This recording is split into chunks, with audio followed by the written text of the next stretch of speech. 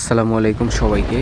আশা করি সবাই ভালো আছেন। আজকে হচ্ছে ১৮ই সেপ্টেম্বর এবং আজকের আবহাওয়ার সংবাদ নিয়ে আমি হাজির হয়েছি মোহাম্মদ জিসান। সো আজকে আমি আপনাদেরকে আজকের পুরো আবহাওয়ার বিস্তারিত সংবাদ আমি আপনাদেরকে জানিয়ে দেব এবং আগামী কতদিন বৃষ্টি থাকবে এবং আবহাওয়া কীরকম থাকবে এবং ঘূর্ণিঝড়ের একটি সংকেত পাওয়া গিয়েছে সেটি সম্পর্কে আপনাদেরকে আপডেট দিব।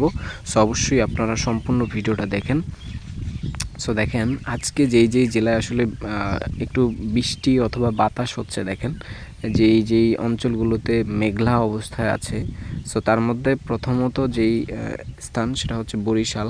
সো বরিশাল বিভাগে আজকে দেখতে পারতেছেন যে মেঘলা এবং বাতাস চলতেছে।